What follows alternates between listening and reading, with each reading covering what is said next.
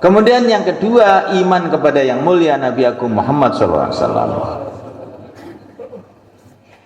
Ucapkan dengan lisan, pahami dengan otak kita, rasakan dalam hati kita bahwa Allah telah mengirim sebaik-baiknya utusan, semulia-mulianya manusia, seagung-agungnya makhluk yang dibimbing langsung oleh Allah, yaitu Nabiullah Muhammad sallallahu alaihi wasallam. Yang baginda Nabi ini punya macam-macam keistimewaan. Al-Imam Baihaqi menulis kitab namanya Dalailun Nubuwah. Nah, itu 10 jilid. Hanya cerita keistimewaan Nabi Agung Muhammad sallallahu alaihi wasallam.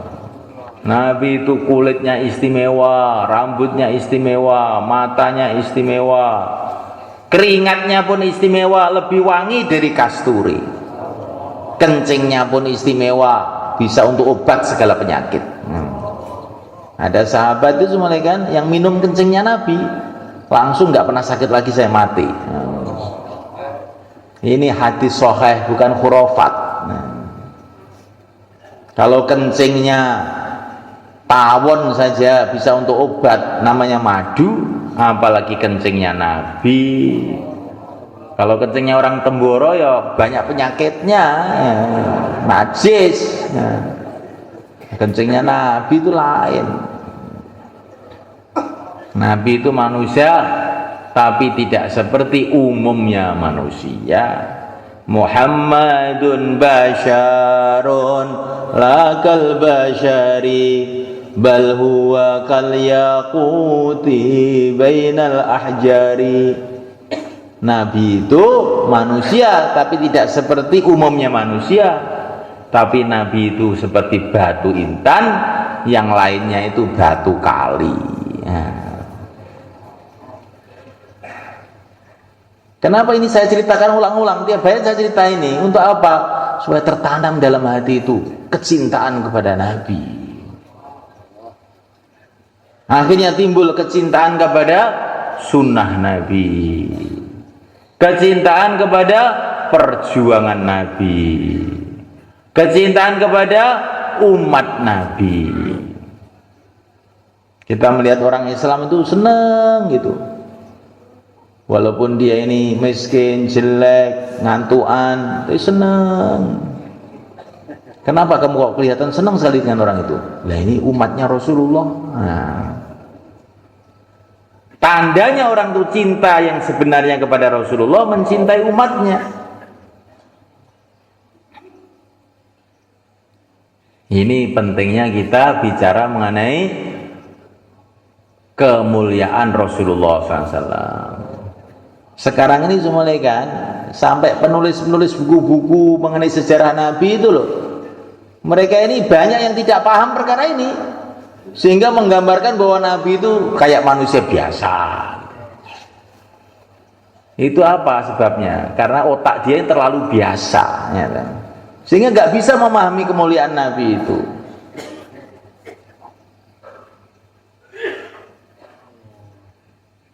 Seluruh dunia ini manusia yang terbaik adalah para nabi. Lah baginda Muhammad SAW itu pimpinannya para nabi. Nah, bagaimana? Pokoknya ceritanya panjang ini. Sehingga seorang penyair mengatakan, kullu baitin anta sakinuhu ghairu muhtajin ila suruji. Rumah gelap gulita didatangi Nabi, nggak usah nyalakan lampu, sudah terang benderang. Wa maridin anta aiduhu qad atahu Allahu bil faraji. Orang sakit kok dijenguk Nabi, ya sudah beres sakitnya. Wa zamanin anta hakimuhu zalama fihi minal iwaji zaman kok Rasulullah pimpinannya, ya sudah yang jelek-jelek hilang semua. Itu gambarannya kehidupan Nabi itu kayak begitu itu. Nabi itu punya ruhaniyah yang luar biasa. Kekuatan ruhaninya itu sudah nggak ada bandingannya. Ini salah satu contoh dalam Hayatus Sahabah. Ini ada orang terkenal seluruh alam jahatnya, namanya Abu Jahal, yang dikatakan oleh Nabi ini Fir'aunnya umat ini ya Abu Jahal ini. Abu Jahal punya anak namanya Ikrimah. Ringkas cerita akhirnya Ikrimah ini masuk Islam. Masuk Islam. Setelah masuk Islam, asyhadu alla ilaha illallah wa asyhadu anna Muhammadar Rasulullah. Terus beliau tanya kepada Nabi, ya Rasulullah, setelah saya masuk Islam ini, apa yang harus saya buat? Maka Nabi mengatakan, katakan hei Ikrimah, saya ini muslim, muhajir, mujahid. Katakan mulai saat ini saya jadi orang Islam, siap hijrah, siap berjuang. Terus dia mengatakan, ya Rasulullah, saya muslim, siap hijrah, siap berjuang. Kemudian Nabi mengatakan, Ikrimah, sekarang kamu minta apa? Apa saja yang kamu minta akan saya kasih. Kata Nabi kepada Ikrimah. Ini masuk Islam baru beberapa menit mereka. Ikrimah itu loh jawabannya aneh betul sama mereka. Ya Rasulullah, saya minta kepada Tuhan untuk engkau memintakan ampun kepada Allah untuk saya. Hanya itu saja hajat saya di dunia ini. Saya nggak perlu apa-apa, pokoknya mintakan ampun kepada Allah untuk saya ini. Padahal Ikrimah ini kalau beliau mengatakan, ya Rasulullah saya minta uang, kan dikasih uang oleh Rasulullah. Saya minta jabatan, akan dikasih jabatan. Nabi itu tidak pernah bohong. Kalau Nabi mengatakan minta apa saya kasih, pasti dikasih juga. Tapi Ikrimah baru beberapa menit loh, pikirannya sudah berubah. Kita ini sudah bertahun-tahun jadi orang Islam, mulai lahir jadi orang Islam. Kalau ditanya, kamu ingin apa? Saya ingin rumah yang bagus, saya ingin ini. Ikrimah itu loh, sholat aja belum ditanya sama Nabi, kamu ingin apa? Saya kasih. Saya ingin ampunan Allah ya Rasulullah, nggak minta apa-apa. Maka Nabi terus langsung berdoa, ya Allah ampunilah seluruh dosa-dosanya Ikrimah. Maka Ikrimah mengatakan, raditu ya Rasulullah, sekarang saya sudah puas ya Rasulullah. Ya Rasulullah, saya dulu banyak kurban untuk merusak agama, sekarang saya akan kurban berlipat untuk membela agama. Saya dulu banyak bertempur untuk merusak agama, sekarang saya akan bertempur lipat untuk membela agama. Saya dulu banyak mengeluarkan duit untuk merusak agama, saya sekarang akan keluarkan duit lipat untuk membela agama. Langsung berangkat sampai beliau mati dalam perjuangan. Ini semalekan proses ini cuma beberapa menit dari kehidupan yang mulia Ikrimah radhiyallahu ta'ala anhu. Ikrimah yang anaknya Abu Jahal, yang hatinya asalnya gelap gulita dan jahatnya sudah bukan main, baru menghadap Rasulullah 5 menit sudah berubah jadi wali. Beliau ini kalau melihat Al-Quran belum nyentuh sudah nangis. Itu kitabnya Allah, kitabnya Tuhanku, nangis diciumi. Maka para sahabat itu nggak nutut semalekan kemuliaannya para sahabat. Kalau Ikrimah itu kayak begitu mulianya, begitu tingginya pemikiran agamanya, begitu tinggi imannya, sedangkan baru berkumpul dengan Rasul 5 menit. Bagaimana pula orang yang bertahun-tahun bersama Rasulullah, kayak Sayyidina Abu Bakar As-Siddiq radhiyallahu ta'ala anhu, kayak Sayyidina Umar bin Khattab radhiyallahu anhu, kayak Sayyidina Utsman bin Affan radhiyallahu anhu, kayak Sayyidina Ali bin Abi Thalib radhiyallahu anhu. Maka kalau kamu baca buku di mana saja kok menjelekkan sahabat, kamu jelekkan yang nulis itu manusia bodoh kamu itu. Quran aja membaik-baikan sahabat, memuji-muji sahabat, kamu kok menjelekkan sahabat, bodoh kamu itu. Udah gitu aja. Ini ada datanya, data bodoh, bohong. Situ aja ya kan? Orang kok menjelekkan sahabat itu orang sesat. Ini malaikat Allah Subhanahu wa taala iman kepada Nabi menandakan cinta kepada Nabi, cinta sunnah Nabi, cinta perjuangan Nabi, cinta ilmunya Nabi, senang ngaji, cinta dengan pewaris-pewarisnya Nabi, para ulama, cinta apa saja yang berkaitan dengan Nabi. Insyaallah malaikat. Ya, inilah malaikat Allah Ta'ala. Bagaimana supaya keimanan kita ini tambah hari tambah meningkat, tambah meningkat, tambah meningkat, tambah meningkat. Amal kita tambah hari tambah soleh, tambah soleh, tambah soleh, tambah sesuai dengan iman kita. Kita iman kepada Allah, akhirnya amalnya siang malam taat kepada Allah. Iman kepada Nabi, akhirnya siang malam mengikuti jejak Nabi. Iman kepada akhirat, siang malam memikirkan akhirat. Iman kepada kitabullah, siang malam mengamalkan kitabullah. Iman kepada para malaikat, akhirnya punya malu, tidak sembarangan berbuat, malu dengan para malaikat yang di kanan kiri kita. Iman dengan qada dan qadar, ini yang keenam. Segala sesuatu yang terjadi di dunia ini sudah ditakdir oleh Allah. Maka janganlah kita ini pikir yang panjang-panjang. Yang penting kita ini sibuk dalam kebaikan, sibuk dalam taat kepada Allah. Udah, apa yang akan terjadi sudah ditulis oleh Allah. Jangan kita mengatakan seumpama.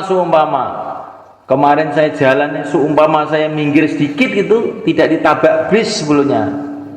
Tapi saya tidak minggir sih, maka akhirnya saya dipelindes bis sehingga kaki saya potong. Bukan, itu memang sudah tulisannya di langit, kamu itu ya begitu itu dipelindes bis itu nggak usah bilang seumpama, nggak ada gunanya. Titik. Insyaallah malaikat. Jadi tidak usah mengungkit-ungkit perkara yang lalu. Perkara yang lalu sudah takdir Allah. Perkara yang akan datang pun juga sudah takdir Allah. Gak usah ngurus sektir ringkesnya. Yang penting kamu tuh sibuk dalam taat kepada Allah, sibuk dalam amal yang diridhoi oleh Allah. Insyaallah malaikat. Nah, ini rukun iman 6 ini harus ada dalam hati kita. Siang malam saya mati. Nah, supaya rukun iman 6 ini masuk dalam hati, bagaimana caranya? Pertama kali kita buat suasana senantiasa bicara perkara ini di rumah, di masjid, di mana-mana. 6 ini dibicarakan terus. Kalau pegang Quran, bicara iman. Ini suratnya Allah, pencipta alam semesta kepada manusia yang dibawa oleh Rasulullah SAW. Masa kita ini nggak baca? Dikirimi surat dari pencipta alam semesta kok nggak baca? Kok tolol betul kita ini? Baca pun tidak ada niat untuk memahami. Saya sekarang tanya, kalau kamu dapat surat dari Presiden Indonesia, kamu bukan orang Jawa, dibuka ternyata tulisannya tulisan Jawa cacing itu. Bahasanya kamu nggak ngerti, kira-kira bagaimana? Kamu biarkan? Kamu buang, kamu tutup itu surat? Tidak. Kamu akan pergi ke Temboro, tanya orang Jawa. Ini saya dapat surat dari SBY, Pak. Tapi bahasa Jawa, ini apa isinya? Ini saya khawatir tahu-tahu saya dipanggil mau dikasih Mercedes ini. Dibuka. Oh, betul. Ini maknanya kamu dipanggil ke Jakarta mau dikasih hadiah besar. Lah Al-Quran itu seperti itu. Ini suratnya Allah dibawa Rasulullah kepada kita. Isinya apa? Panggilan untuk pergi ke surga. Kok tidak kita perhatikan bagaimana? Di situ sudah ditulis surga sudah jadi istana-istana dari emas, dari intan, sungai-sungai dari susu, dari madu, bidadari-bidadari yang nan cantik sudah siap. Datanglah kamu ke sini, syaratnya ini, amalkan sunnah Rasulullah SAW. Nah, surat itu dibawa Rasulullah untuk kita nggak pernah merhatikan, cuman mikir perkara lain. Mau dijadikan raja di surga, malah mendaftarkan hansip di Temboro. Istana-istana surga dari emas, dari intan sudah disiapkan untuk kamu, malah berebut gubuk reot dari bambu. Apa gak lucu itu? Nah ini senantiasa kita bicarakan mulai kan, bukan kita dengar dok, kita bicarakan, lama-lama mantep. Kemudian yang kedua, kita ini doa terus, karena hakikatnya iman itu yang bisa memberikan hanya Allah. Wa ma kana li nafsin an tu'mina illa biiznillah. Orang itu nggak bisa iman tanpa kehendak Allah, nggak bisa. Maka senantiasa doa kepada Allah, ya Allah berikan kepada aku iman yang sempurna. Kemudian yang ketiga, cari pengalaman iman. Cari pengalaman iman itu bagaimana? Kalau kita ini banyak susah payah untuk perjuangan agama, nanti dapat pengalaman-pengalaman sehingga iman kita itu naik. Kemarin jamaah 40 hari cerita sama saya. Jamaah 40 hari jalan kaki. Itu di kampung itu, orang kampung itu nggak seneng. Sehingga jamaah itu diusir. Dan jamaah itu semua itu puasa. Memang jamaahnya itu jamaah mujahadah ini. Ini habis asar dia masak, orang kampung datang, kompornya ditendangi semua sama orang kampung. Minggat ini, aliran sesat. Tapi jamaah ini ya sabar, diem aja jalan sampai ke puncak gunung. Di situ ada kampung, diterima baik di situ. Sampai seminggu karena kecapean mereka. Seminggu itu di puncak gunung itu, dikasih makan, dikasih minum sama orang di gunung itu. Seneng semuanya. Setelah itu setelah seminggu turun lewat kampung yang ngusir tadi. Tapi aneh itu orang-orang kampung itu pada kumpul nyegat jamaah ini. Jamaah itu sudah deg-degan. Wah, ada apa lagi nih? Ternyata itu bukan mau ngusir, malah mempersilahkan mereka, minta mereka untuk tinggal di masjidnya. Loh, kemarin katanya nggak boleh Pak di sini. Nggak, itu orang-orang nggak paham itu kemarin tuh. Kamu sekarang di sini lebih lama lebih bagus. Oh, yang namanya ayam datang, yang namanya tempe goreng datang. Akhirnya jamaah ini paham. Oh, hati manusia itu di tangan Allah. Kemarin ngusir, sekarang bawa tempe, bawa ayam, bawa bergedel, itu apa-apa datang semua ke masjidnya. Jadi orang ini salah satu contoh. Kalau orang itu mau susah payah untuk agama, dapat pengalaman. Di Temboro ini, ya, zaman dulu beberapa tahun yang lalu ada orang namanya Mbak Haji Saleh. Orang Boro cuma tahu ini orangnya. Keluar di Bangladesh 4 bulan. Setelah beberapa bulan, dia itu makan makanan Bangladesh itu lidahnya itu sudah nggak kuat. Dia duduk di emper masjid, rasanya sudah nggak kuat, perut saya itu makan makanan Bangladesh nggak cocok. Ini kalau ada sego pecel gitu ya, tapi dalam hati dok, kayak apa enaknya. Nggak tahu-tahu Allah menggerakkan orang, namanya Pak Rijal. Orangnya sekarang di sini itu orangnya. Dan insya Allah dia juga sudah lupa. Tahu-tahu bawa nasi pecel ke jamaah itu. Akhirnya Mbak Haji Saleh ini, Masya Allah, Allah sudah tahu hati saya. Ya ini yang saya cari, langsung habis. Coba pengalaman. Semua orang iman tahu, kan, dan yakin Allah yang menciptakan mesti maha tahu. Allah yang kasih pendengaran mesti maha pendengar. Allah yang menggerakkan hati tentu maha tahu apa yang dalam hati. Tapi pengalaman itu lain. Mbah Haji Saleh tadi bukan karena bayan, dia dapat pengalaman. Dia ingin sego pecel, tahu-tahu sego pecel datang. Akhirnya muantep tuh. Allah tahu hati saya tuh muantep.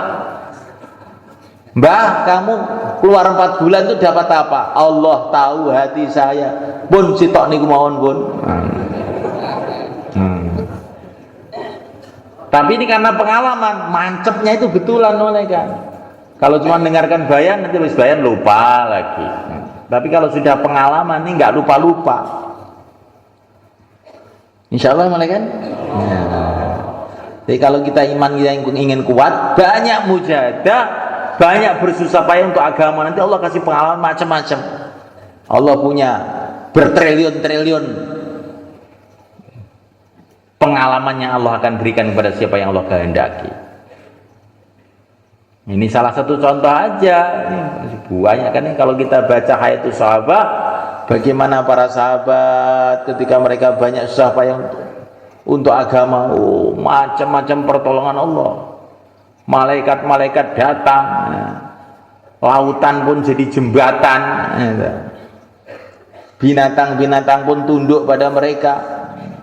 Sahabat malaikat, sahabat itu dalam satu perjalanan di tengah hutan kebingungan, nggak tahu jalan kemana ini. Tahu-tahu hutan, tahu-tahu ada harimau datang, nunjukkan jalan. Kobat kabit anunya itu, buntutnya itu, seolah-olah beri isyarat ke sini loh kalau mau tahu jalan. Akhirnya sahabat tadi mengikuti harimau itu sampai ke kampung. Jadi dalilnya bukan orang tempatan, dalilnya harimau. Coba sama Allah Ta'ala. Ini semua pengalaman macam-macam. Nah kalau kita ini nggak mau susah payah untuk agama, nggak dapat pengalaman agama. Orang yang susah payah karena pertanian, ya dapat pengalaman pertanian. Orang yang susah payah karena perdagangan, dapat pengalaman perdagangan. Orang yang susah payah karena urusan militer, dapat pengalaman militer. Orang yang susah payah karena hubungannya kepada Allah, dapat pengalaman hubungan dengan Allah. Untuk dapat pengalaman ini, syaratnya kita menyiapkan waktu. Insyaallah kan? Alhamdulillah